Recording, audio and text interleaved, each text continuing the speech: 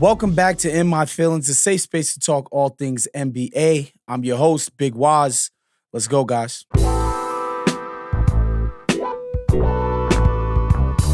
right, folks, let's get right into it. Fact or feelings, the New York Knicks are Eastern Conference contenders. That's feelings. Look, they're currently pretty solidly situated in the third seed out east. Boston has a sizable lead. Obviously, they're not catching the Cavs. The Bucks and the Magic don't really have a great chance of catching them, as we got less than 15 games left in the season. So they're pretty locked into that third seed. I think they've pretty much shown themselves to be the third best team in the Eastern Conference this year. And ordinarily, in most seasons, the third seed in any given conference, you would think, has a great chance to advance to the conference finals or even the NBA finals. I just don't know that we've seen that from this Knicks outfit. We've talked plenty this season about how impressive the offense has been. They're now up to fifth or sixth as of this recording in offensive rating, which is amazing. The New York Knicks have a top 5 NBA offense. That's a great feat in itself. And the defense has lagged behind all season. At times, they were in the freaking 20s. As of this recording, again, they're about 14th. I think things have gotten better since Mitchell Robinson came back. And, there are things to be positive about, right? I think Brunson is about as good a crunch time weapon that the league has outside of the Shai Gilgeouses and the Nikola Jokic's and those type of players. Brunson is individually one of the best crunch time players in the league.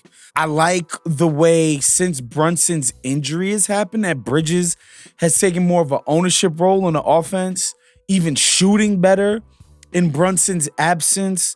I think that's a big development. OG finally being back obviously matters. I just think a couple of things, well, more than a couple of things, a few things are going to give the Knicks some issues. One, as we've seen when they've played Boston and Cleveland, they've been freaking outclassed this year. It hasn't even been close. Look, the regular season isn't the be-all and end-all. You don't crown your champions in the regular season. Playoff basketball is much different. We know this. We see it every single year. It's different when your opponents get to prepare for you night after night instead of just flying in and just going with a sort of generic game plan. I just think the matchup is just a difficult one, specifically with Boston. And the defense, it just feels like, much as I love Mitchell Robinson, what he offers in terms of the paint deterrent is not going to factor in when you're playing against Boston.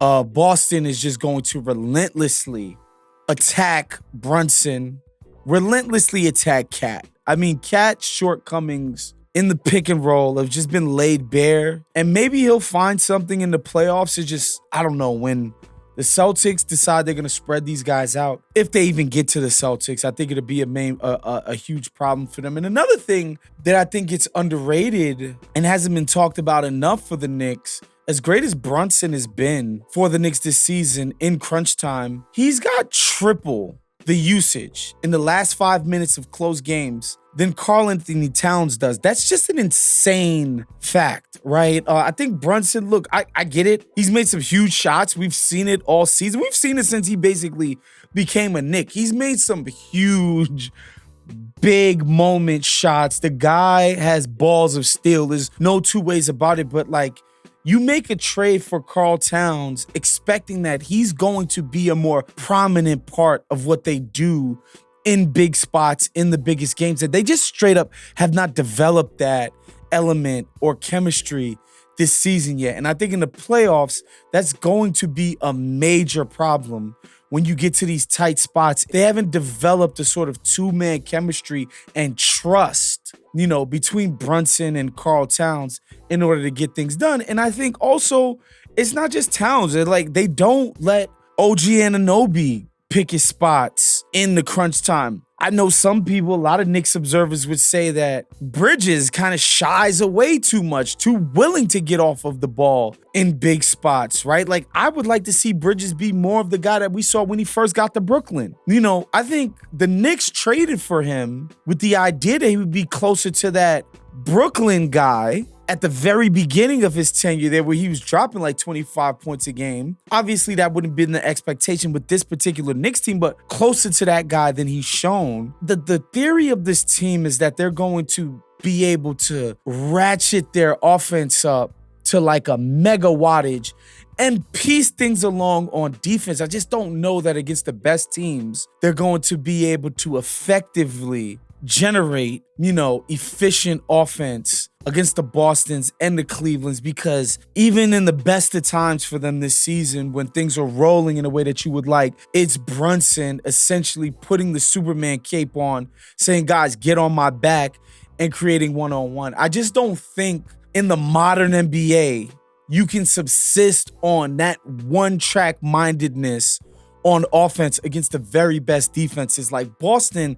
man, these guys have the ability to key in on what you do and shut off your water and make it so that every single crunch time possession comes down to, and that's even when you get into the crunch time, Knicks, it's going to come down to Jalen Brunson creating and taking some of the hardest shots in basketball. So you couple the defense in with the crunch time offense that just hasn't become as sophisticated as I would have liked it to see. And granted, it's year one. I don't think the Knicks made these moves for Bridges, for Karl Towns, thinking that this was a 1-year project or even a 2-year project. I think the Knicks think they're building towards something. I'm not going to lie, as somebody who was very bullish on the Towns trade and the Bridges trade, I thought they would be a lot closer to Boston than it feels like they are right now. And that's not to say that they can't get there. I don't think Boston's going to feel like so invincible forever going forward. It's just, I'm a little bit disappointed in the gap, the size of the gap at the current moment. And so, yeah, it's hard for me to say that the Knicks, you can credibly say the Knicks should be able to beat Cleveland or Boston in a 7-game series. And I think before the season started, I would have said not only are the Knicks clearly the number 2, they're nipping at Boston's heels. And now, essentially 80%, 75% of the season being done, it's just not true. You would have to say that they're not in Cleveland's class at the moment. It's certainly not in the class of the defending world champions. So no, the Knicks aren't title contenders this year, I would not say, but I would also say that they're not completely far off of the mark. And, Knicks fans should still be excited about the future, if not this coming postseason, if they thought they might have a chance at getting to the finals this year. All right, guys, that was our show for today. Make sure you subscribe to the Ringer NBA, Ringer Movies, Ringer TV, Bill Simmons, Ryan Russillo, Ringer NFL. We got so many things to offer you on the YouTube platform. Make sure you like this video. It actually really makes a difference in terms of how much love YouTube's algorithm wants to show us. And of course, make sure you hit the notification so that you are reminded every single time we drop a brand new episode of In My Feelings. We'll see you guys next week. Peace.